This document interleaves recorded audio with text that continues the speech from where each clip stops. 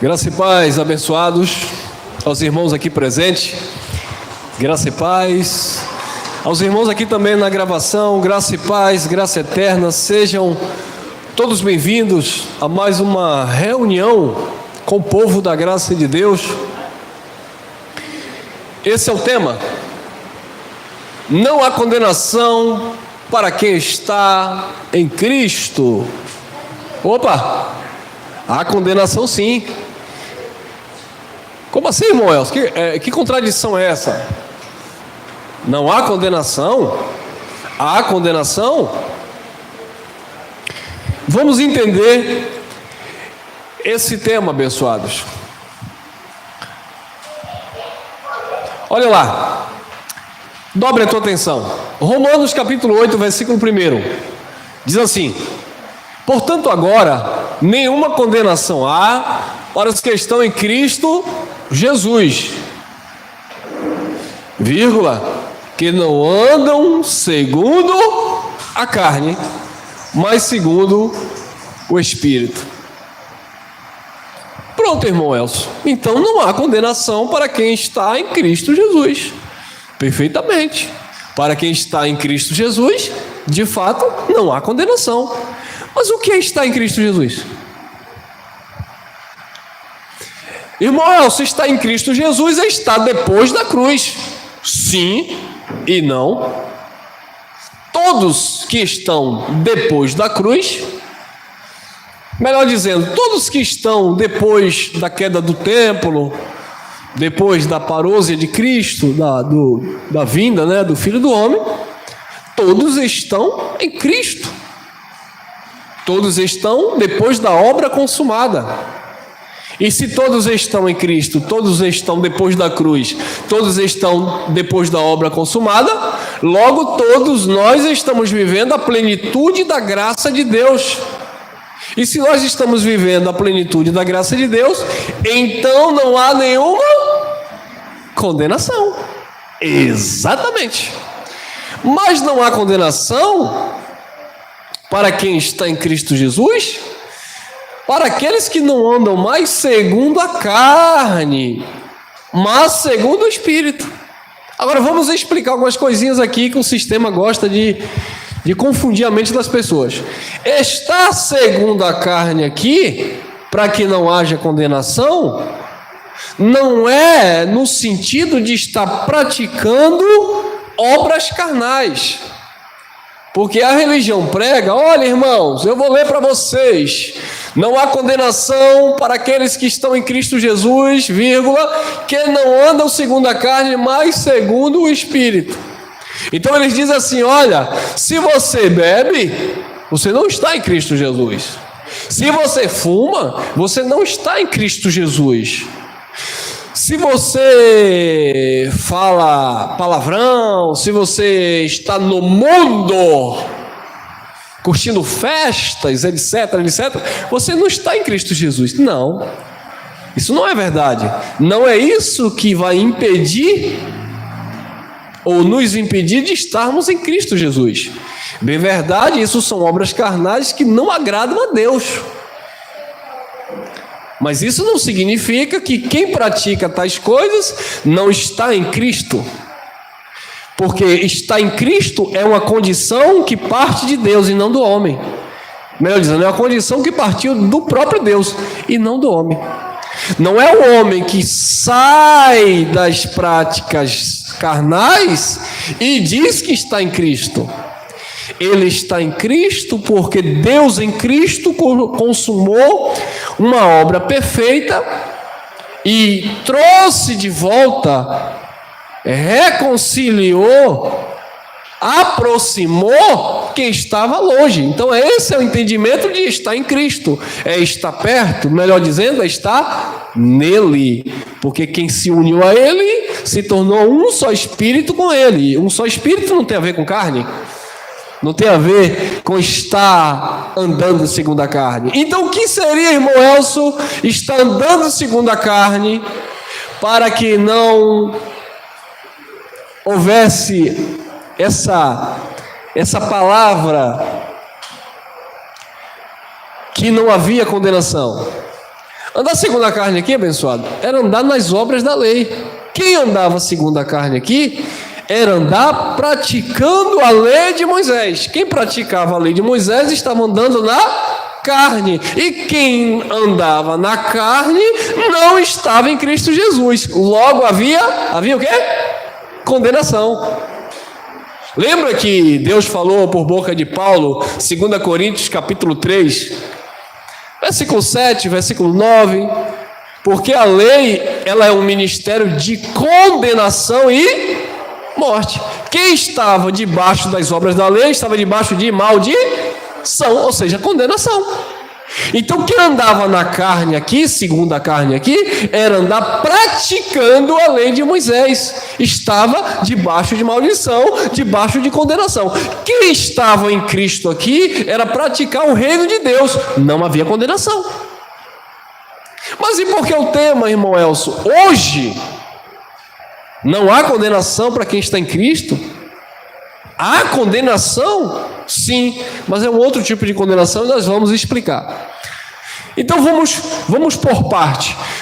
Portanto, agora, e agora não é hoje, tá, abençoado? Agora não é o dia que você aceitou Jesus. Agora aqui é depois da cruz, da obra de Cristo, e Paulo está pregando a palavra do Cristo ressuscitado. Portanto, agora nenhuma condenação há para os que estão em Cristo Jesus, que não andam segundo a carne, segundo a lei de Moisés, nós já explicamos, mas segundo o Espírito, o ministério do Espírito, a graça de Deus. Então não há condenação para quem está vivendo a graça de Deus. Há colheita para quem vive obras da carne, não condenação para o nosso espírito. Não existe isso. E o texto vai explicar. 2. Por que lá? Porque a lei do Espírito de vida em Cristo Jesus, lei de quê? Do Espírito. Então não há condenação para quem anda segundo o Espírito. Porque quem anda segundo o Espírito está debaixo de uma lei do Espírito. Porque a lei do Espírito de vida em Cristo Jesus, disse Paulo, me livrou da lei do pecado e qual era a lei do pecado e da morte?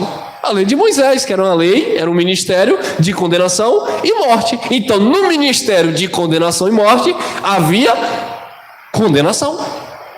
Mas quem estava na lei do Espírito de vida em Cristo Jesus, não havia mais condenação, porque deixou de praticar a lei, porque ninguém iria se justificar pelas obras da lei, que era um ministério de condenação e morte. Amém?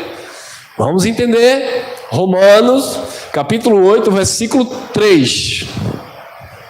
Portanto, o que era impossível à lei. E cadê os bonitinhos que querem praticar a lei?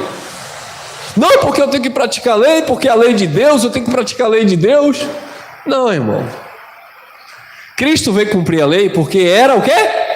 Impossível o homem cumprir.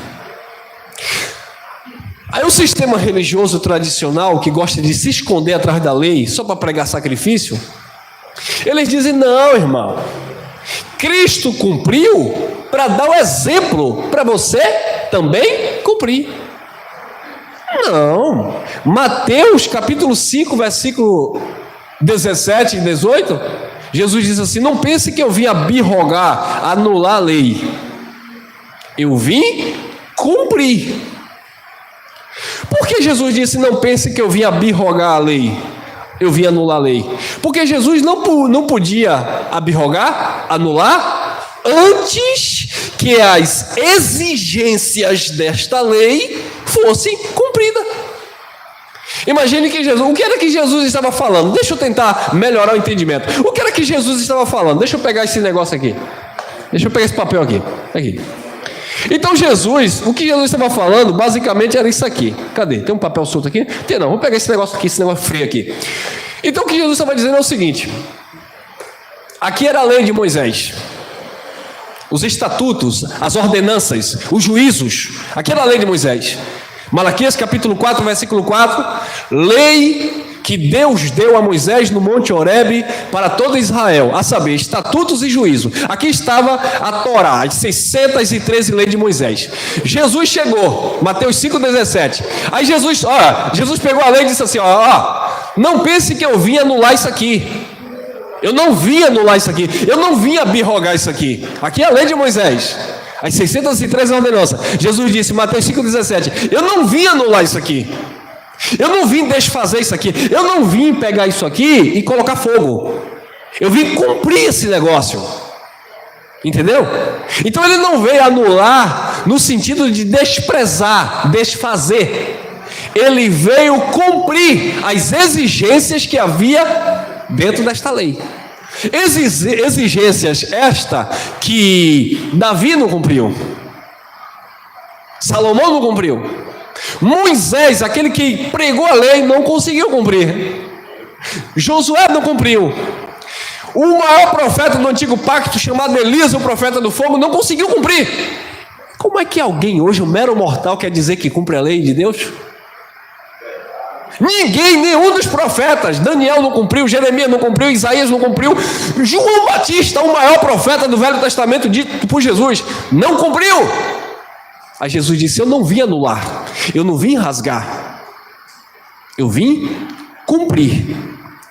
E aí no versículo 18 ele vai dizer, ninguém pode ensinar, tirar um tio ou jota da lei e ensinar as pessoas.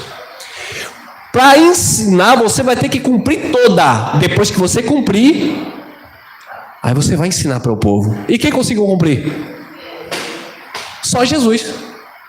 E como foi que ele cumpriu? Romanos 8,3. Portanto, o que era impossível à lei, visto que estava enferma pela carne, por causa da carne o homem não conseguia cumprir a lei, Deus enviando seu Filho em semelhança da carne, do pecado, porque a carne era pecado, pelo pecado condenou o pecado aonde? Cristo condenou o pecado, ou Deus condenou o pecado na carne de quem? De Cristo. Então Cristo, Jesus, Yeshua, ele cumpriu a lei. E quando ele cumpriu a lei, as 603 ordenanças, quando ele levou sobre si as maldições contidas nessa lei, ele estabeleceu uma outra lei, a lei do Espírito de vida nele. Hebreus capítulo 7, versículo 12, diz assim, ó, mudando-se o sacerdote, o sacerdócio, necessariamente se faz mudança da lei. O sacerdócio mudou ou não mudou? Era o sacerdócio levítico, da linhagem, né, de Arão. E o sacerdócio de Cristo da linhagem de quem? O sacerdócio de Cristo, ele veio de Melquisedeque. Mudou o sacerdócio, não era mais o sacerdócio da linhagem de Levi, agora o sacerdócio perpétuo de Melquisedeque. Mudou o sacerdócio, mudou também a lei. Mas por que mudou a lei? Porque ele cumpriu, para que nele não houvesse condenação. Quem estava na lei estava debaixo de maldição e morte, estava vivendo condenação. Mas quem estava em Cristo, naquele que cumpriu a lei e condenou o pecado na carne, não havia mais condenação, porque ele pagou o preço. Aí o pessoal do sistema religioso que gosta de cumprir, né? Que não cumpre, gosta de mandar fazer, mandar praticar a lei, eles dizem que Jesus cumpriu a lei. Não, irmão, você que não interpretou direito. Mateus 5,17, Jesus disse, não pense que eu vim abirrogar, desfazer, eu vim cumprir. Então, Jesus cumpriu e ele está dizendo para mim e para você nesta manhã, não é para você desfazer da lei de Deus, Urabaxaia, não é para você pisar na lei de Deus, é para você cumprir porque ele cumpriu. Não, irmão. Ele cumpriu porque ninguém conseguiu cumprir. E depois que ele cumpriu, o que aconteceu? Romanos 10,4. O fim da lei é para a justiça de todo aquele que nele, quem crê nele, está na justiça de Deus. E não há condenação.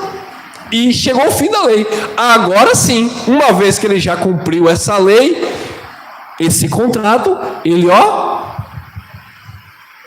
rasgou do alto abaixo, quando o véu do templo lá dentro, quando ele na cruz disse Tetelestai, e do alto abaixo o véu que simbolizava a lei se rasgou. O véu que simbolizava, tipificava o escrito de dívida do povo judeu com Deus se rasgou do alto a baixo. Mas aí, a religião hoje pega aquela agulha de costurar saco de cacau, pega uma linha de nylon e começa a costurar agora de baixo para cima. Jesus cumpriu nada. Jesus rasgou o escrito de dívida, que nada, vai costurar. Jesus disse, não se pode colocar remendo velho em roupa nova. Não pode colocar vinho novo em odres velho. Vai romper tudo, vai estragar tudo. É por isso que você vê a religião estragada. Porque eles estão tentando costurar remendo velho em roupa nova. Nós estamos numa nova roupagem, novas criaturas, onde não há condenação para quem está em Cristo Jesus.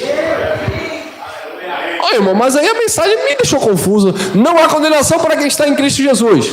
Há condenação? Sim.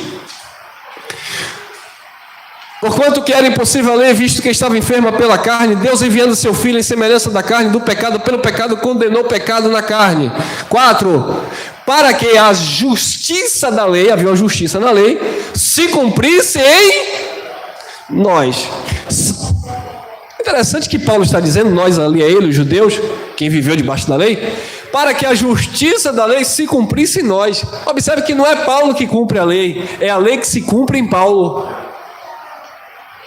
Para que a justiça da lei se cumprisse em nós. Não são eles que cumprem mais a lei. No Velho Testamento, eles se esforçavam para cumprir a lei. Na graça de Deus, a justiça da lei se cumpre neles. Por quê? Porque eles estão em Cristo. Porque Cristo representou eles na cruz. Cristo pagou o preço por eles na cruz. Por isso que Paulo disse, não sejais escravos de homem, porque fostes comprado por bom preço de sangue, preço de remissão. Cristo remiu, se colocou no lugar do seu povo, substituiu o seu povo na cruz, levou as maldições, porque em Deuteronômio já dizia na lei, maldito todo aquele que for pendurado no madeiro, e Cristo foi pendurado.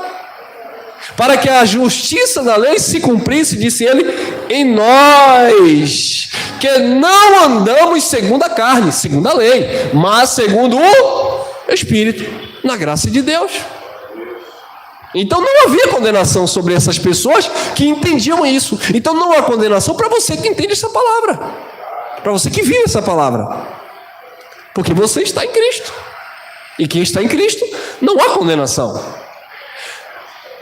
Mas aquela pessoa que está lá fora, que nunca ouviu o Evangelho, nunca foi religioso, nunca foi nem do sistema, nunca foi de nada, ela nunca praticou religião nenhuma. Irmão Elcio, há condenação para aquela pessoa? Não.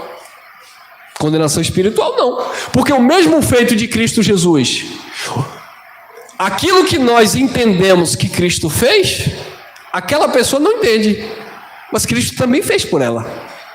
Se é um filho salvo, independente se ele sabe ou não. Então não há condenação espiritual para ele, mas há uma condenação na vida dele, uma condenação de consciência, imputada pela religião. Porque se a religião não chegasse na mente dele e dissesse, você que está aí no mundo pulando o carnaval, se Jesus voltar, você vai para o inferno. Se alguém não dissesse isso para ele, isso não pesava na sua consciência. Mas como algum religioso falou isso para ele, isso dói na consciência dele. Não há condenação na vida dele, porque ele também está depois da cruz, embora ele não saiba disto. Mas há uma consciência de culpa, de medo, porque alguém implantou isso na mente dele. E quem foi que implantou? A praga da religião. Se ele fosse um ateu, ele não teria essa dor de consciência que ele tem sendo um religioso. Para que a justiça da lei se cumprisse em nós, que não andamos segundo a carne, mas segundo o Espírito. Então não há condenação. Colossenses capítulo 2, versículo 14. Cortou ali, mas é isso mesmo. Colossenses capítulo 2, versículo 14. Lembra que eu falei que a lei era um contrato de aluguel? Estou usando aqui como se fosse um contrato de aluguel. Eu assinei um contrato. Eu vou alugar esse espaço aqui durante um ano. Esse é o contrato. Depois de um ano, não vou renovar mais. Rasgou o contrato. A lei de Deus, ela não se renovou. A lei era transitória. Por isso que quando Moisés desceu do monte, a glória do rosto de Moisés era desvanecente, transitória, passava. As pessoas viam o rosto de Moisés glorioso, tinha acabado de chegar lá da face do Senhor, falando com o Senhor, mas aquilo ia passando. Aí Moisés tinha que colocar um véu, porque aquilo já mostrava que a lei ia acabar um dia, porque era transitória, era desvanecente. Então quando Jesus cumpriu a lei, ele, Colossenses 2,14, havendo riscado, eu gosto da tradução que diz rasgado, havendo rasgado, riscado a cédula, eu gosto da tradução que diz o escrito de dívida. Tem outra tradução mais interessante. Falar em tradução, mas isso talvez seja para semana. Eu vou trazer uma mensagem falando de duas traduções para vocês verem o equívoco que a gente tem por ler Bíblias com tradução totalmente diferente. Havendo riscado ou rasgado o escrito, a cédula de dívida que era contra nós, nas suas o quê? Olha lá, plural, ordenanças, porque a lei era estatutos e ordenanças que era contra o povo. A lei era boa, a lei era espiritual, mas disse Paulo, eu sou vencido, eu sou carnal, vencido pelo pecado. Então o pecado na carne não tinha condição alguma de que eles cumprissem aquela lei de Deus. A lei era boa, era correta, para ser aplicada da forma justa, nós vamos chegar lá. Havendo riscado a cédula que era contra nós nas suas ordenanças, a qual de alguma maneira nos era o quê? Era o quê? O que é que você entende como algo que é contrário? Algo que é oposto a você, é um opositor, é um adversário, é contra. Então a lei era o quê? Ei, agora que o sistema religioso me pega, a lei era uma tipologia de quê? Satanás, diabo. Porque a transgressão da lei era o pecado, ou o pecado era a transgressão da lei. Então era contrário, a lei era contrário ao homem. Então a lei era um opositor. Que quando a gente fala aqui diabo, Satanás, isso até assusta por causa da tradução errada. Que não tem nada a ver com diabo, era de fato sim, opositor, maligno, contrário. Não essa coisa aqui de tradução deturpada, tá? A qual de alguma maneira nos era contrária, e a atirou do meio de nós aqui não são os gentios pós-70, atirou do meio deles que estavam vivendo debaixo da lei, atirou do meio de nós, cravando-a na cruz. Então foi isso que ele fez. Ele pegou a lei, cumpriu, e depois que ele cumpriu, aliás, a lei se cumpriu nele, na cruz, ele se tornou maldito, ele rasgou e cravou na cruz. Acabou. Cravou, consumou. Então não há condenação para quem está em Cristo. Efésios capítulo 2, versículo 14. É uma mensagem simples de ser entendida, então não vou enrolar não. Vou diretamente no texto, no assunto, para não ficar aqui enchendo linguiça. Porque Ele é a nossa paz, o qual de ambos os povos fez um, e derrubando o quê? A parede de separação que estava no meio. Qual era a parede de separação que estava no meio? Era o muro de Berlim? Não. A lei era o divisor de águas, né? A lei separava os povos. Os judeus diziam, não, salvação é para nós. Nós somos salvos. E aí Pedro teve uma experiência em Atos 10, quando Deus deu um sonho para ele, e desceu aquele lençol, tal, amarrado ali com os animais quadrúpedes, tal, animais das unhas fendadas, né? Que os judeus não podiam comer, Porco, acho que é coelho, cabrito, não sei, alguma coisa do tipo. Eu sei que Pedro disse: não, Senhor, de maneira nenhuma eu vou colocar esse coisa imunda na minha boca. Aí o Espírito bradou, né, irmão? Já não era mais a letra, já não era Pedro olhando na Torá. Não, Senhor, aqui, Senhor, eu não vou comer não, Senhor, porque está escrito aqui: não coma carne de porco. Não coma essa carne, porque essa carne é imunda. Não coma corvos. Não, Senhor. Pedro não foi procurar lá na Torá, não. Quando Pedro disse: não, de maneira nenhuma vou comer essa carne é imunda. Na hora o Espírito brada na consciência de Pedro: não chame de imundo aquilo que eu purifiquei. Por quê? Porque a parede de separação que estava no meio, ela foi o quê? Derrubada. A parede de separação é entendida como a lei. O véu que estava entre os povos foi rasgado. E o povo agora teria acesso ao trono da graça de Deus, porque ele é a nossa paz. Ele trouxe paz, o qual de ambos os povos, judeu e gentil, fez um. E derrubando a parede de separação que estava, não está mais. Não, porque a lei vigora ao emprego do verbo. Estava. Não está dizendo que está. Nem se Paulo estivesse dizendo aqui que está ainda. Não era para nós, porque está era para ele. Como Jesus disse: não passará esta geração que nós estamos, que tudo isso não seja cumprido.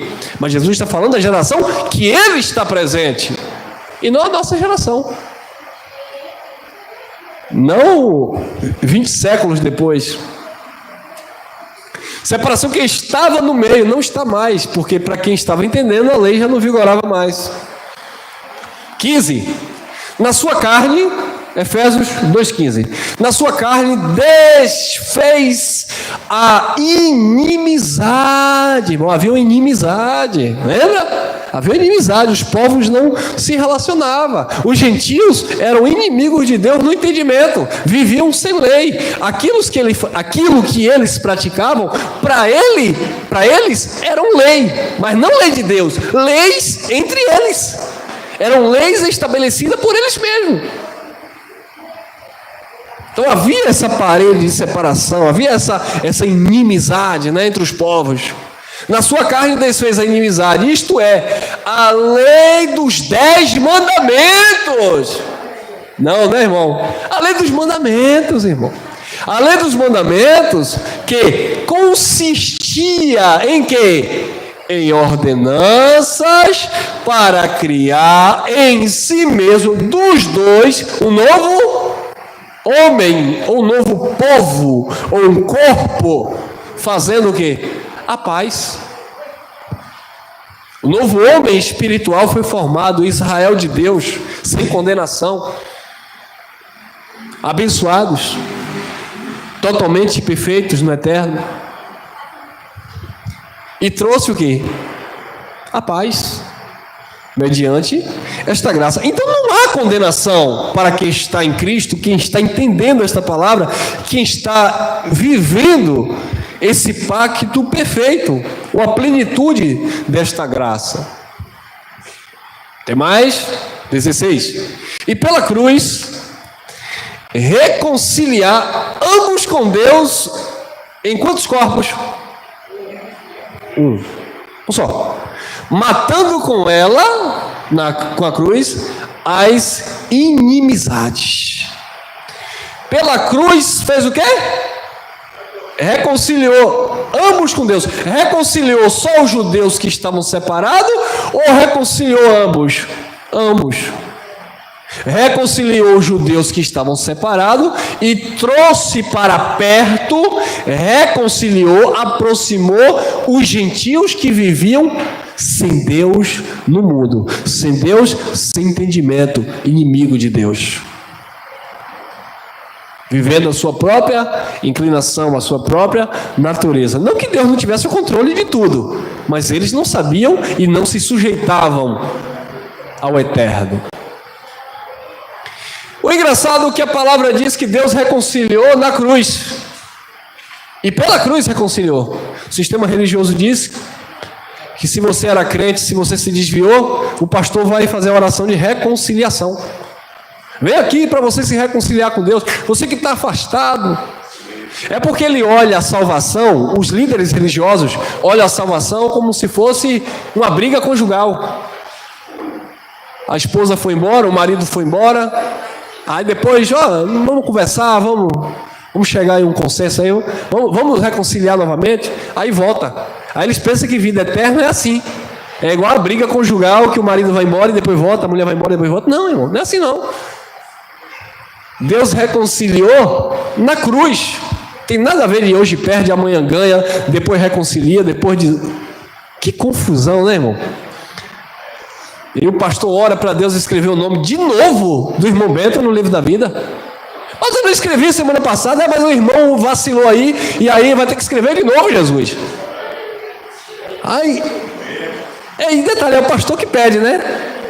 Jesus, aleluia, o teu filho está de volta. Reescreve o nome do teu filho no livro da vida. Aí Jesus bate a mão na cabeça, só Deus na causa. Miguel! Pega aí a caneta de novo, Miguel, que o irmão Bento vacilou, o meu filho Bento vacilou, perdeu a salvação, vou ter que salvar ele de novo. Aí vem Miguel de lá para cá, dá a caneta a Jesus, Jesus vai lá e escreve de novo. Não existe isso, irmão. Ele reconciliou na cruz, acabou, tudo perfeito, tudo certo. Agora, na vida daquele que há condenação na consciência, ele perde hoje, ganha amanhã, perdeu na ceia passada, na semana que vem ele ganha de novo. É uma confusão. Então há uma condenação na vida dessas pessoas. Não há condenação para quem está em Cristo Jesus? Não há. Mas há uma condenação sim na vida de um povo aí. Vamos lá. Não condenação mais da lei, né? Condenação da religião. É isso que nós estamos falando. E pela cruz reconciliar ambos com Deus em um corpo, matando com ela as inimizades. Matou as inimizades. 17. E vindo, ele evangelizou a paz a vós que estáveis longe e aos que estavam perto. Pronto. Cristo evangelizou a paz a quem estava longe e também aos que estavam perto. Ele pegou os de perto ali, os judeus, pegou ali 12 apóstolos e disse: é só para ir as ovelhas perdidas da casa de Israel, é para só evangelizar a paz aqui, os que estão perto, mas também é para os que estão longe. Depois ele levanta Paulo e: Paulo, capa o gato, vai anunciar a paz também aos que estão longe, amém? E é por isso que Colossenses capítulo 1, versículo 23, Paulo diz que o evangelho foi pregado em todo o mundo, toda criatura que havia debaixo dos céus. Segundo os historiadores, a vida de Paulo, o ministério de Paulo, às vezes, 2, 3 vezes que ele passou pregando, dava para ter dado volta ao mundo pregando a mesma palavra.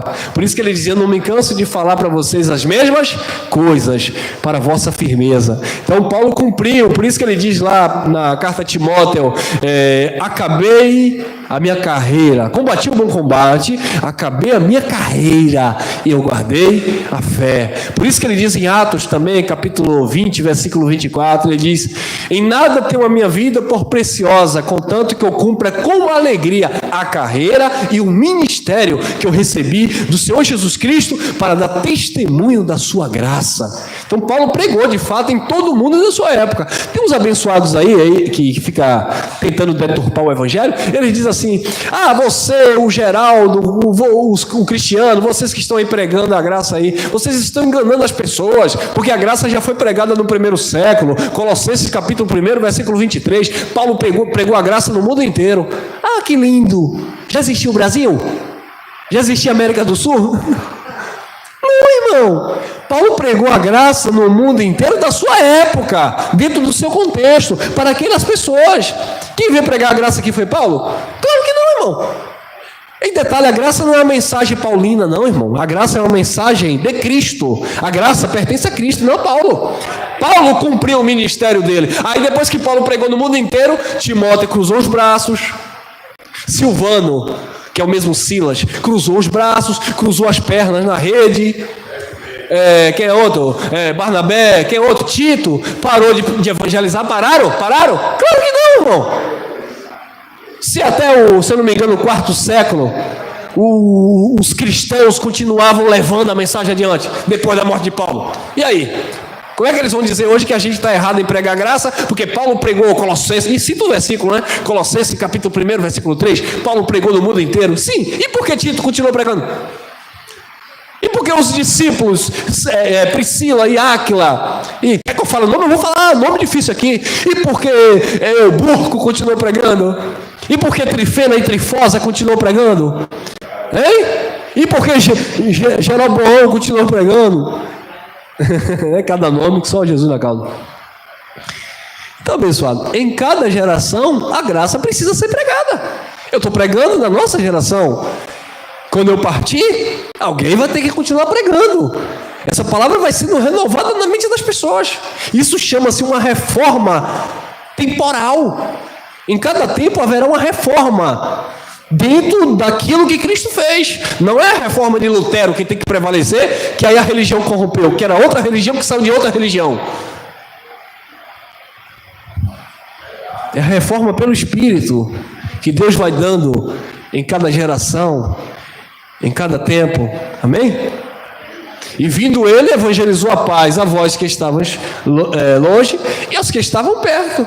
Sendo assim, sendo que Paulo está falando que ele evangelizou, falando de Cristo, Paulo também não precisava continuar evangelizando, já que Cristo já tinha evangelizado aos que estavam perto e aos que estavam longe. Só que quando Paulo fala que Cristo evangelizou os que estavam perto e os que estavam longe, é que o trabalho da evangelização pelos apóstolos, pelo próprio Paulo, isso era pelo próprio Espírito. Então isso era Deus fazendo isto. Por isso que Jesus disse: eu vou enviar o Espírito. É o Espírito que vai conduzir a vocês em toda a verdade. Então era o Espírito das pessoas que ia cumprindo esta evangelização. Amém? Efésios 2,18. Porque por ele ambos temos acesso ao Pai em um mesmo... Viu aí, abençoado? Acesso ao Pai. Não há condenação. Nós temos acesso ao Pai pelo mesmo Espírito. Então entenda uma coisa, você não está mais em Jesus, tá bom? Se a gente for... É porque a gente que prega a graça às vezes é um pouquinho chato, né? Que a gente é muito detalhista. Mas se a gente for detalhar mesmo, nós não estamos mais nem no Cristo ressuscitado. Porque o Cristo ressuscitado era para aquelas pessoas que nasceram, que vieram do Cristo Nazareno e receberam a mensagem do Cristo ressuscitado, que era a graça. Nós já estamos agora no eterno, no Espírito. Por isso que nós não dizemos que Jesus é o nosso pastor, porque hoje quem pastoreia, quem nos direciona é o Deus Espírito. Porque Cristo entregou o reino ao Pai para que Deus fosse tudo em todos. Então são detalhezinhos que a gente vai clareando com o tempo. Então a gente não está mais nem Jesus de Nazaré, muito menos, né? Que era para o judeu. Nem no Cristo ressuscitado, que foram para aqueles que receberam a mensagem. Porque depois do ano 70, o Cristo entrega o reino ao Pai e nós estamos vivendo agora no eterno, no Criador, aquele que é digno de honra e de glória, Senhor sobre tudo e sobre todos. Amém? Como nós entendemos que o Cristo ressuscitado é o Espírito e o Espírito é Deus, então nós falamos desta forma para simplificar o entendimento. Mas o grau de entendimento vai avançando e a gente vai crescendo mais um pouco. Criou confusão aí, não, né? Tudo certo? Vamos lá. Hebreus capítulo 10, versículo 10. Na qual vontade temos sido santificados. Quando nós lemos temos aqui, irmãos, não é que nós fomos santificados, porque quando Paulo fala temos sido, está falando daquele povo que estava vivendo nas obras da lei, tá bom? Isso, na verdade, foi para aquele povo, e nós estamos dentro de um contexto de totalmente perfeitos no eterno. Estamos depois disso aqui. Na qual vontade temos sido santificados pela oblação, ou pela oferta do corpo de Jesus, feita quantas vezes? Uma vez. E que negócio é esse do pastor estar pedindo sacrifício? Tem que sacrificar no altar. tem que pagar o preço. Não, irmão. Uma única vez ele santificou o seu povo. Sabe o que é isso? Não há condenação na tua vida. Não há condenação, porque com a única oferta ele santificou aquele povo que viveu lá. Imagine nós que estamos vivendo a plenitude. Como eu falei, a condenação há na consciência de cada um pelas suas ações, e não a condenação pela lei de Moisés, não uma condenação espiritual, não uma condenação divina. Há uma condenação carnal, há uma condenação religiosa, há uma condenação tradicional, por causa da mensagem que é pregada por aí. 14, olha lá, 10, 14. Porque com uma só oblação, uma só oferta, olha lá, vai aperfeiçoar. Diz que aperfeiçoou. Aperfeiçoou até domingo que vem. Não para sempre. Os que são santificados. Então, observe que foram santificados pela oferta de Jesus e também foram aperfeiçoados. Então, que defeito o povo de Deus tem? Por isso que Paulo diz que a igreja de Cristo, ela é santa, irrepreensível, sem mácula, sem ruga e nem coisa semelhante. A igreja de Cristo está perfeita, porque Paulo enxergava a igreja de Cristo com o olhar de Cristo. Quem enxerga a igreja de Cristo com o olhar de Cristo, enxerga a igreja aperfeiçoada, santificada, glorificada, exaltada, abençoada. Agora, quem olha a igreja com o olhar da religião, vê a igreja em pecado porque o irmão deixou a barba e não fez, vê a igreja em pecado porque a irmã passou o batom da Mary quê? Esse negócio aí. Por quê? Porque olha para a igreja com olhar carnal. Quando eles olham para a igreja com olhar carnal, ele vê a igreja sendo propriedade dele, com CNPJ, e ele dizendo: eu sou dono aqui, quem manda sou eu. Você vai votar em quem eu quero. Você vai ter que participar desse projeto, senão eu tiro o teu nome aí até no livro da vida. Por quê? Porque a igreja não é de Deus, é dele. Né, irmão Cunha? Liga para o irmão Cunha e diz: desaforo, você está desviando o povo de Deus da igreja de Deus. Uau, irmão Cunha é mais poderoso do que Deus. Deus coloca lá dentro, Cunha vai e tira. Existe isso, irmão, porque está olhando para a igreja no olhar carnal, parecendo um pedaço de pão ali, né? Porque com uma só oblação aperfeiçoou para sempre os que são santificados. Hebreus 9, 26, olha aí, tudo quem está em Cristo que não há condenação. Hebreus 9, 26, e está em Cristo, está em Deus, está no eterno. De outra maneira, necessário lhe fora padecer muitas vezes desde a fundação do mundo. Mas agora, na consumação dos séculos, olha, agora na consumação do século, Paulo estava dizendo que a consumação do século foi lá no primeiro século. Paulo estava dizendo que o fim dos séculos, consumação é o fim do século, né? Que o fim do século foi lá no século que ele estava inserido. O crente está dizendo hoje que no final do tempo, no fim do mundo, no fim do século, Jesus vai vir. Não, irmão, na consumação do século, Paulo disse que não é daqui a 2000 anos, não. Paulo disse, mas agora. Agora interessante, aqui para nós, a religião, ela rouba. É por isso que Jesus falou em João 10,10 que o ladrão, né, que é o falso pastor, que a religião rouba essa palavra e diz que é o diabo. O ladrão, que é o falso pastor, Jesus disse, ele não veio senão para roubar, matar e destruir. O falso pregador, o falso profeta, mesmo aquele sem intenção, né, porque prega uma mensagem falsa, não que ele seja falso. Muitos pastores honestos, pessoas do bem, mas tem uma falsa mensagem porque aprendeu errado. Então é um falso profeta parcial, né? Porque ele prega errado porque ele aprendeu errado. O falso pastor, o falso profeta, com a falsa mensagem, ele arranca a intelectualidade das pessoas. Eles têm pessoas que se reúnem com eles, doutores, médicos, engenheiros, historiadores, Porque você pensar, cientista, eles têm tudo lá que se reúnem com eles. Advogados, juízes, desembargadores, enfim, promotores, eles têm todo esse tipo de gente, essa classe social, intelectual, filósofo, etc. Mas ele vem, talvez ele não tenha nenhum curso superior, o pastor, mas ele vem e ele diz assim: olha, Jesus está voltando e ele está perto, porque ele disse que não vai passar esta geração. É fim do mundo, irmão. Jesus os disse que não vai passar esse tempo. Vocês estão ouvindo aí? O doutor: é verdade, pastor. Sim, ó, essa profecia vai se cumprir, está se cumprindo aí, ó. Aí o médico lá atrás, um camarada que estudou 10 anos para fazer medicina, para atuar: é verdade, pastor. Você viu como a religião ela rouba a sabedoria, a intelectualidade das pessoas?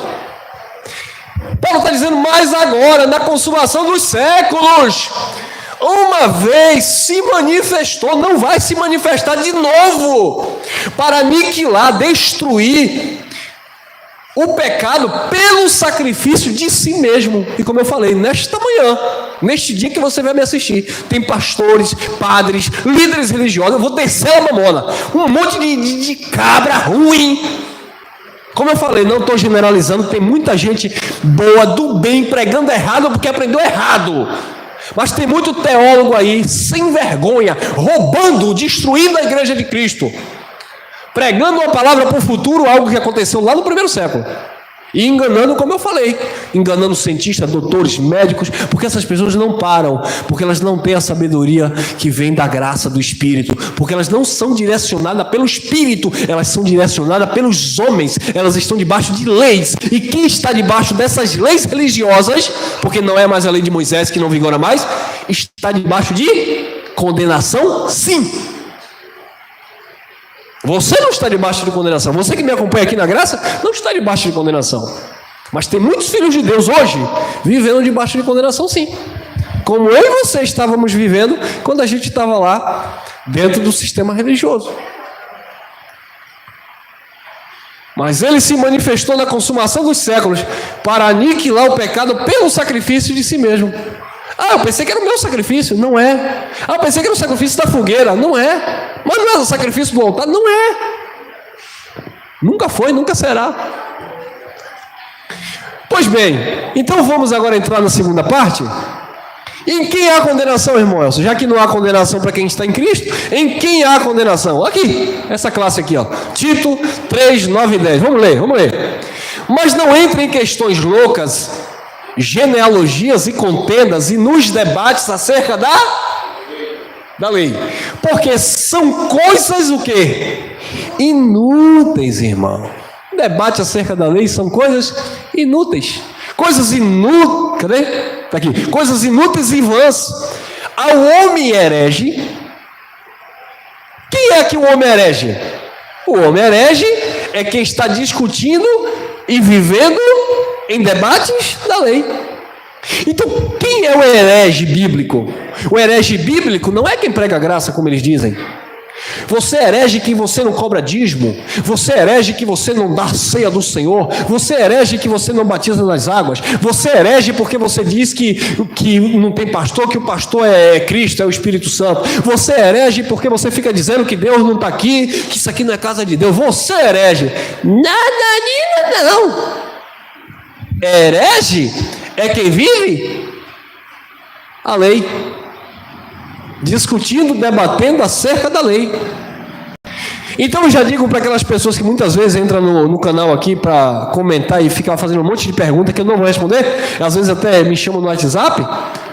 Eu não estou aqui para debater, eu estou aqui para ensinar, para pregar. Se você recebe, amém. Se você não recebe, você é um herege. Aqui. Ao homem herege, depois de uma e outra admoestação, fazer o quê? Evita-o, cai fora. Irmão, mas eu tenho que mostrar para essa pessoa, eu tenho que provar para ela que eu estou certo. Não vai não, filho. Irmão, mas eu vou lá, eu vou enfiar a graça goela abaixo. Não vai não, filho. Falou uma vez, falou duas, ele aceitou? Amém. Não aceitou? O homem herege, depois de uma e outra demonstração, uma, duas, três vezes, né? Chega uma hora, né, irmão Cunha, que acaba a paciência. Deixa lá, meu irmão, é herege. Evita, bloqueia mesmo, cai fora. Você vai ficar perdendo a tua paz por causa do atribulado, irmão? Vá não. Eu tenho um prazer de falar da graça de Deus, falar do amor de Deus para as pessoas que dão ouvido. Por isso que Jesus dizia: ouvi e entendei. E quando ele falava que as pessoas não entendiam, ele dizia logo assim: ó, vocês têm por pai o diabo, é a carnalidade, é a religiosidade, é tudo menos Deus. Vocês são hereges.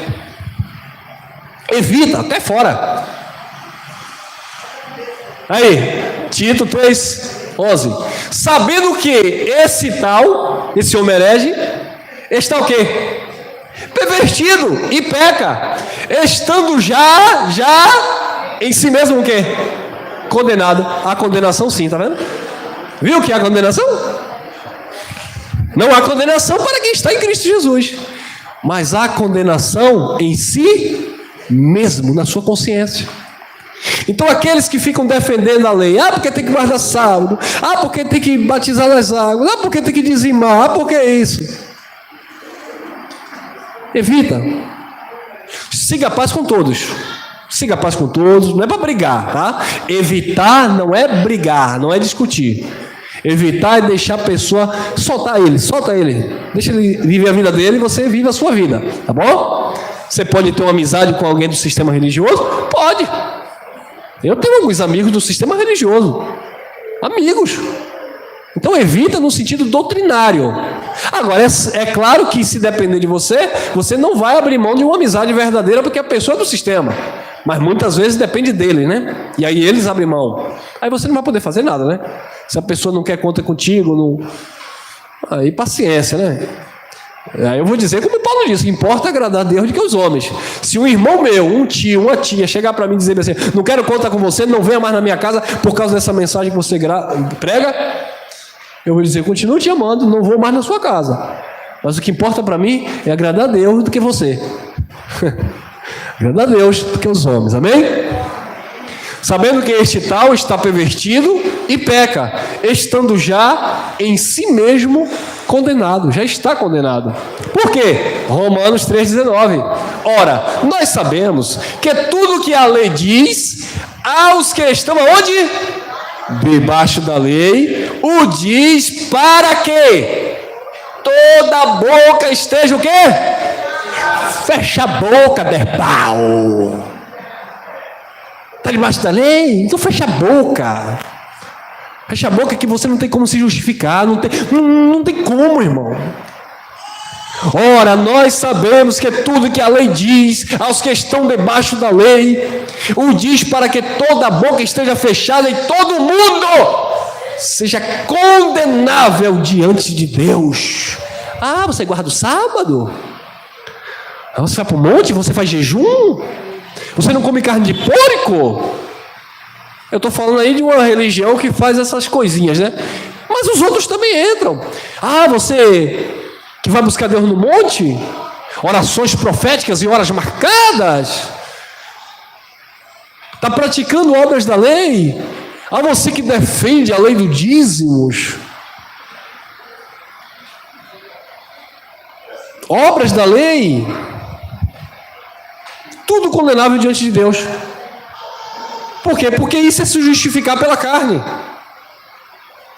Lembra do fariseu? Foi Jesus que disse, não fui eu. O fariseu subiu e bateu a mão no peito: porque eu jejuo 2 vezes na semana, eu dou dízimo de tudo que eu tenho. Eu não sou como esse pecador aí miserável. Olha para o meu joelho aqui, cheio de calo de tanto orar.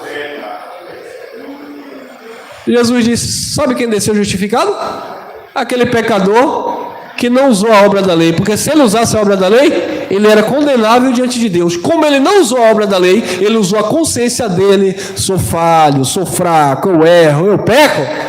Desceu justificado, porque não tentou barganhar com Deus, não tentou comprar Deus. Deus se agrada do coração humilde, contrito, coração quebrantado. O que é um coração quebrantado? Um coração humilde. Senhor, não depende de mim, depende do Senhor. Eu não posso, é o Senhor que pode. Eu não tenho, é o Senhor que me dá. Eu eu vou, é o Senhor que me leva. Eu não prego, é o Senhor que me inspira, é o Senhor que fala, é o Senhor que me... Quando a gente faz isso, a gente está dependendo da graça dele. Senhor, está difícil aqui, eu não posso, mas o Senhor me dá força, eu vou conseguir. Isso é graça de Deus. Aí você é justificado, se sente justificado. Agora, quando você... porque eu era assim, irmão. Eu vivi assim, mas depois que eu fiz... Aí quando ele diz assim, depois que eu fiz um propósito com Deus, já foi. Quando abrir a boca e diz assim, mas depois que eu fiz aquela campanha, já foi, acabou. Já era. Eu vou conjecturar aqui. Jesus estava assim, olhando para o filho, meu filho, minha filha. Aí o filho chegou, como se ele não soubesse. Jesus sabe, né? Cristo sabe. Aí Jesus estava lá, meu lindo, minha linda, meu príncipe, minha princesa. Aí o filho dele chegou. Jesus, eu te agradeço. Meu pai, muito obrigado por este dia. E Jesus está ali, radiante. O Eterno está radiante com ele. Senhor, eu falei ontem, meu filho. Meu pai, eu falei ontem. Aí vem Davi, né? Senhor, vacilei ontem, Senhor. Senhor, entrei na carne ontem, Senhor. Peguei o meu soldado de confiança, Senhor. Joguei ele na frente da guerra, Senhor. Eu uso para pegar a mulher dele, Senhor. Joguei ele na frente da guerra, mataram o coitado. E eu fiquei com Betseba, Senhor. Tem misericórdia de mim, Senhor. Cristo, Deus olhando para ele. Davi, eu te amo. Achei em você o coração segundo o meu coração. Viu? Lembra do ladrão da cruz? Senhor, lembra de mim quando entrar no teu reino. Nós estamos aqui porque os nossos feitos merecem. Eu errei. Não foi a mulher que tu me destes. Não foi como Adão culpando Eva. Porque se Adão dissesse, não foi eu, Senhor, eu errei, Deus se alegrava. Foi a mulher que tu me deste. Mas o ladrão da cruz disse, não, eu errei. Nós merecemos isso, Senhor. O Senhor disse, te digo hoje, estarás comigo no paraíso. Aí vem o soberbo crente. Senhor, eu estou aqui em tua presença. Aleluia. Deus estava assim, Aí quando ele disse, eu entro agora na tua presença, porque o Senhor chama para ter intimidade, Senhor. E eu tenho pagado o preço, canela branca. Eu pago o preço, Senhor. É que um calo no joelho, é um sumo de oração, Senhor. Quando ele fala assim, Deus,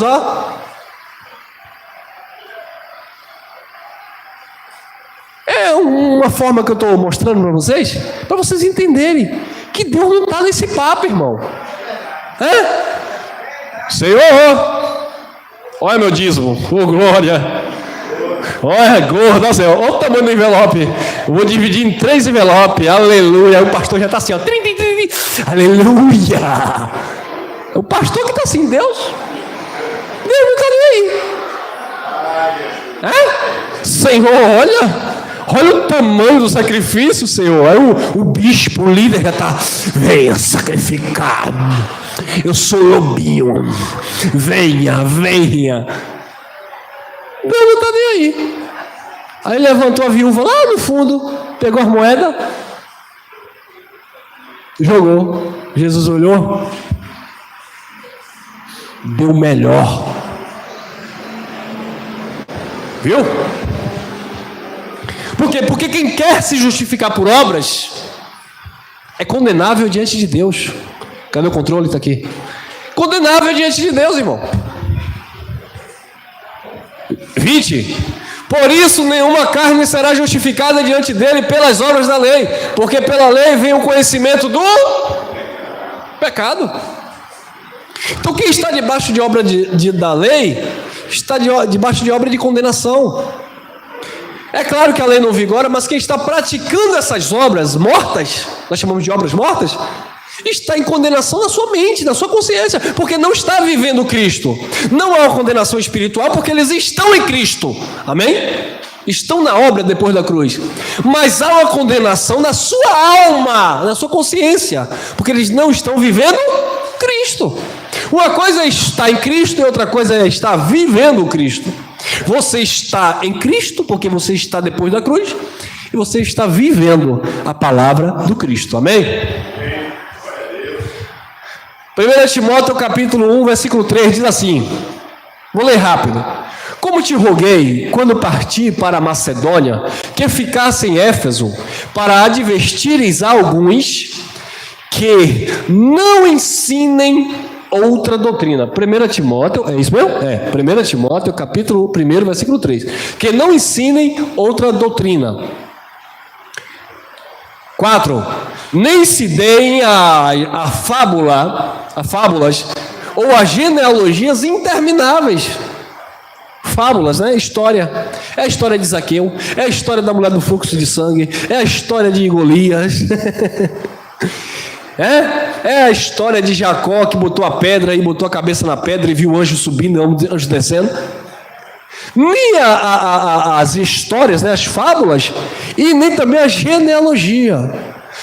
Porque Jesus, ele veio da tribo de Judá, e a tribo de Judá era irmão de Simeão, e Simeão era de Benjamim, e Benjamim era de não sei o que, e Ana era de Ruth, e de Ruth... Para com isso, irmão. Tem um pregador aí famoso nas redes sociais, que ele conta a genealogia de Cristo toda, e o povo, uau, glória a Deus, esse homem conhece demais.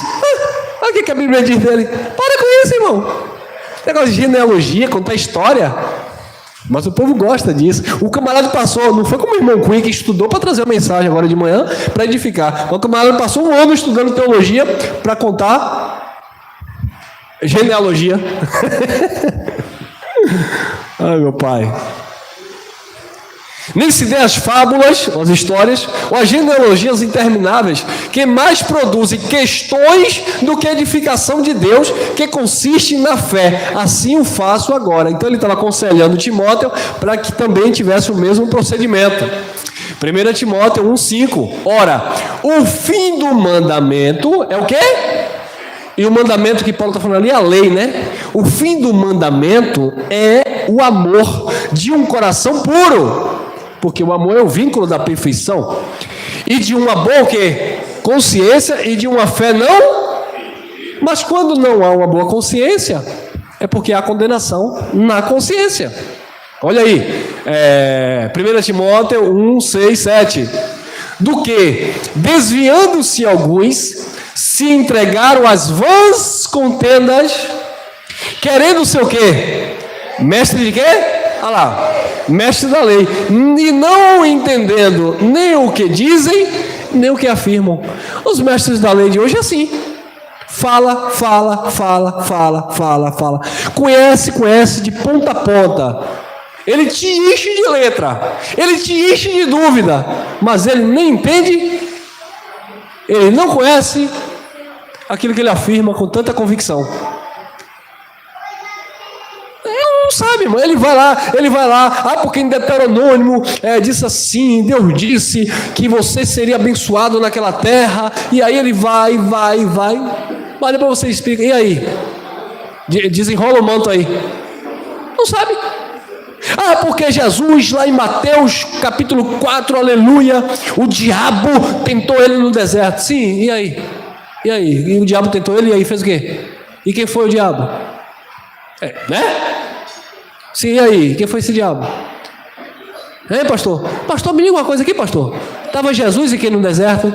Estava Jesus, o diabo e o Espírito Santo que levou Jesus para ser tentado. Foi mesmo?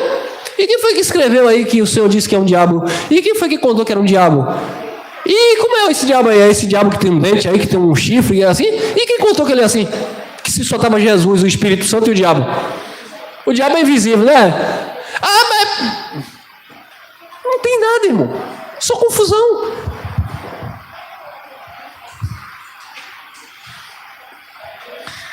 Primeiro Timóteo 1,8. Sabemos, porém, olha lá, agora vem o entendimento. Ó. Sabemos, porém, que a lei é boa se alguém dela usa legitimamente. Agora eu vou mostrar para vocês como a lei de Deus, que não vigora mais, mas como ela de fato era boa e ela era espiritual, se fosse usada legitimamente. Irmão, então por que a gente vai deixar de usar a lei de Deus? É porque no nosso país a gente já tem as nossas leis. A lei de Deus por Moisés era para Israel. Essas leis que eu vou falar aqui, que eram leis de Deus para Israel, a gente tem dentro da nossa Constituição, algumas delas. Tem ou não tem? Então não precisa de uma lei de Deus, sendo que a nossa Constituição já tem essas leis que punem o transgressor. Por exemplo, no tempo de Moisés, eu não sei se tinha carro, mas tinha lá aquelas carruagens, né? Aquelas carroças. Não diz na lei que tinha lá um semáforo para carroça. A pessoa, se Paulo passasse a 80 por hora no cavalinho, fosse multado, mas não tinha essa lei lá. Mas nas nossas leis, na Constituição, nas leis de trânsito, tem. Então, essas leis que vigoram em nossas vidas. E não a lei de Moisés. Mas a lei era ruim? Não. Se ela fosse usada legitimamente dentro daquele contexto. Como as nossas leis são boas, se de fato elas forem respeitadas. Se forem de fato aplicadas da forma correta. Quem está entendendo? Sabemos, porém, que a lei é boa. Se alguém dela usa legitimamente. Vamos lá. 1 Timóteo 1,9. Sabendo isto, que a lei não é feita para o... Quem é justo aqui? Então a lei não é para você. Porque a lei não é feita para o justo. E nós não estamos em condenação. Então a lei era feita para quem estava em condenação. Mas não há condenação para quem está em Cristo Jesus. Então a lei não é para quem está em Cristo. A lei não é para quem está na graça. A lei não é para quem está depois da cruz. A lei era para quem estava antes da cruz. Aí ela tinha que ser sido usada legitimamente. Deveria ser usada legitimamente. Sabendo isto, que a lei não é feita para o justo, mas para os injustos e obstinados, para os ímpios e pecadores, os transgressores da mesma, para os profanos, para os irreligiosos. Tiago vai falar da religião pura que agradava a Deus, né? A religião que agradava a Deus, cuidar dos órfãos, das viúvas. Quem eram os irreligiosos? Quem não tinha essas práticas. Porque essa era a religião pura que agradava a Deus. Cuidar do necessitado, socorrer o faminto, ajudar aquele que estava caído, ajudar as viúvas, ajudar os órfãos, etc, etc. E naquele contexto deles, lavar os pés dos santos, socorrer aqueles que de fato precisavam. Para os irreligiosos, quem não praticava essas coisas, a lei era boa, valia. Para os parricidas, quem sabe o que é parricidas aqui, parricismo? Para os parricidas e matricidas. Isso aqui era uma palavra para quem matava os pais e as mães. Você percebe que havia uma distinção, né? Não era apenas homicidas, né? Mas me parece não, dá a entender que na lei de Moisés havia um preço, uma culpa, uma condenação maior, não apenas por a pessoa ser homicida, mas por ser homicida dos pais. Seria bem pior, né? Eu não sei se na nossa lei, eu não conheço, não sei se isso é assim. Se alguém pode me falar depois se infelizmente quem tira a vida do papai e da mãe, se é a mesma coisa que quem tira a vida de outra pessoa, não sei. Mas lá era assim. Tem mais? 10. Para os devassos, aí a lei era boa para aplicar para esse povo. Para os devassos, para os sodomitas. Sodomitas, essa palavra de sodomitas era uma referência ao pecado lá de Sodoma, da homossexualidade, que era dos pecados que mais contaminava aquele povo, né? Então, sodomitas aqui era aquela prática da sodomitas lá, enfim. Para os roubadores de homens, para os mentirosos, a lei era boa para este povo, para os pejuros, para os que for contrário, principalmente aqui, para os que for contrário à ação, pronto. Você que diz que está vivendo a lei e que a lei é para você, que você tem que cumprir a lei, eu tenho uma notícia para você. Você é contra a sã doutrina de Cristo. Não, porque você tem que cumprir a lei, a gente tem que cumprir a lei de Deus. Você que está tentando cumprir a lei de Deus, que Deus deu a Moisés, você é contra Cristo, você é um anticristo. Por isso que Paulo disse, eles são inimigos da cruz de Cristo. Quem está cumprindo as obras da lei, ou qualquer estatuto da obra da lei, se torna anticristo, porque é contra a sã doutrina.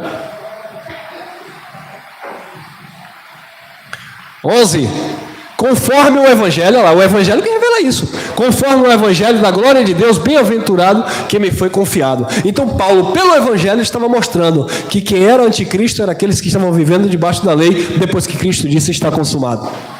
Quem é herege é quem está depois da cruz querendo viver as obras da lei.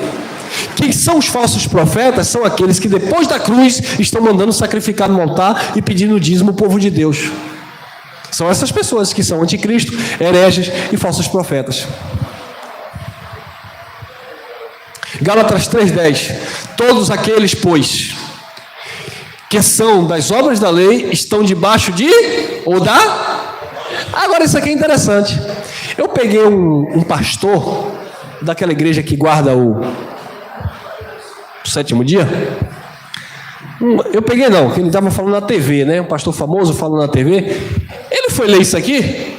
Olha o que foi que ele fez. Olha o que foi que ele falou. Porque eles defendem que tem que guardar a lei, né? Arrisca. São os mais. Ele leu assim, ó. Ele leu assim: todos aqueles, pois, que são das obras da lei, estão debaixo da maldição. Então, que são das obras da lei, estão debaixo de maldição. Mas agora, presta atenção, ponto e vírgula, porque está escrito. Está escrito ou não está escrito? Aí os irmãos, está escrito: maldito todo aquele que não permanecer em todas as coisas que estão escritas no livro da lei para fazê-las. Você viu aí? Você está debaixo de maldição porque você não está fazendo tudo que a lei pede. Vai para isso. Não é assim? E o povo acredita, irmão. Eu disse, meu pai do céu, olha que nó que ele deu na mente. Um texto tão simples, irmão. Aí detalhe, se ele continua lendo, nem precisava ele explicar nada. Como é que deturpa uma palavra dessa, irmão? Clara!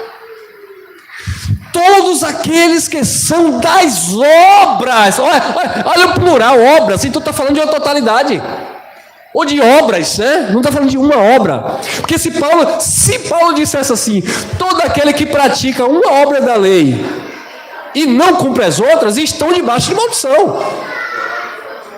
Mas se você, aí Paulo teria que explicar, se você cumprir todas as obras, mas Paulo não explicou assim, não está assim.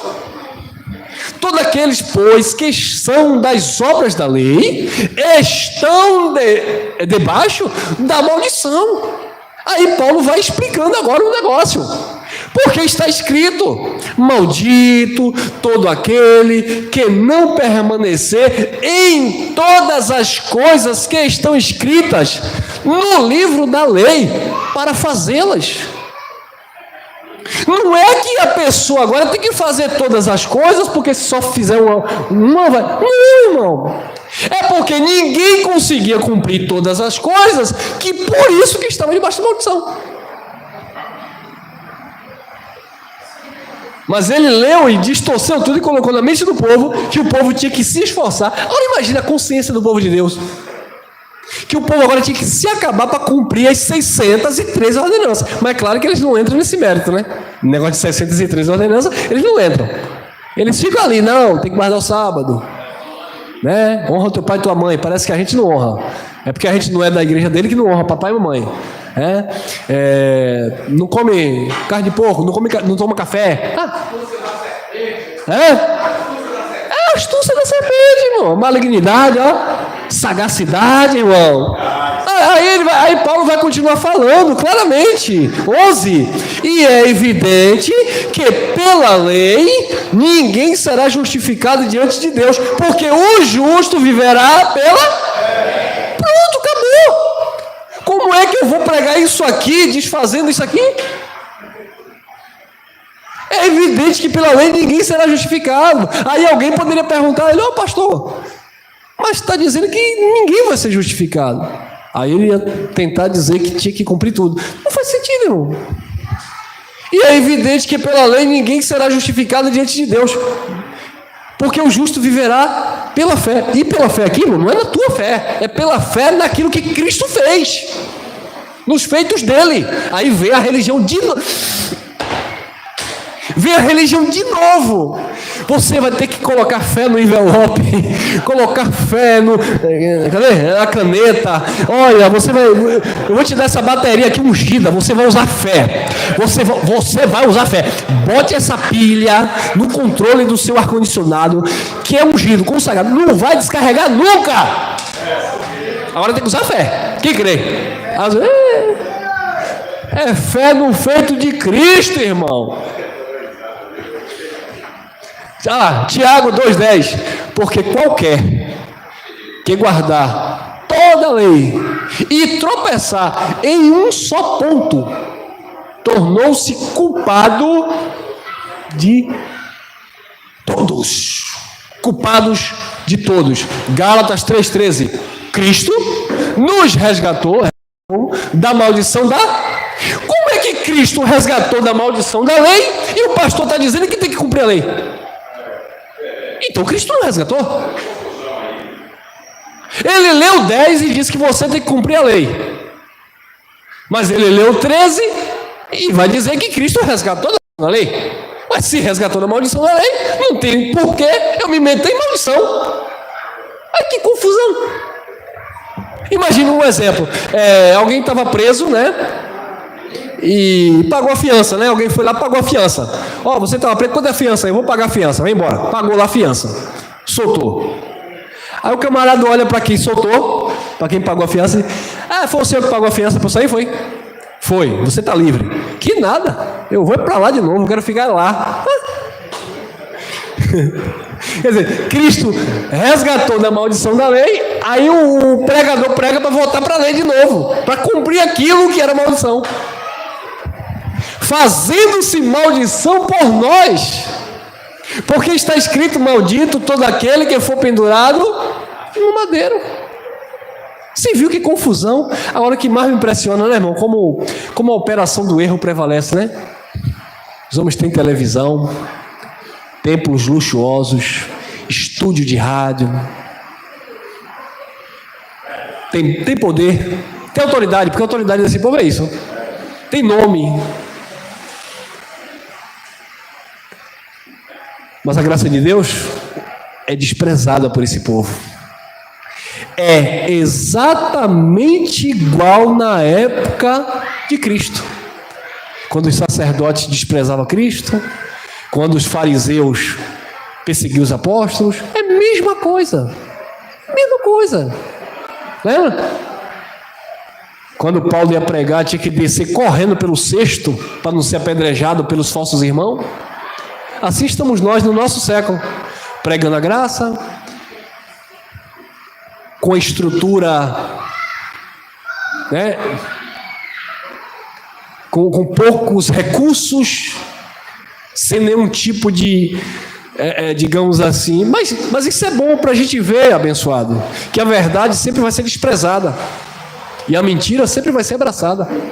E isso é uma vergonha para muitos irmãos em graça, que não entende e não discerne isso, que quanta coisas boas a gente está desprezando de viver em graça, mas que no sistema religioso a gente financiava. Quantos irmãos participavam de propósito na igreja para fazer sopão para dar debaixo da ponte? Mas hoje em graça, porque é livre, porque não precisa congregar, porque não precisa de homem falando na vida, porque não precisa de templo e não precisa, não tem coragem de abrir mão para dar um copo de café a alguém, mas é livre, está na graça, com essa verdade, e condena tudo que se chama Deus, que se chama louvor, que se chama comunhão. Cristo nos resgatou da maldição da lei, fazendo-se maldição por nós, porque está escrito: maldito todo aquele que for pendurado no madeiro. Vamos encerrar.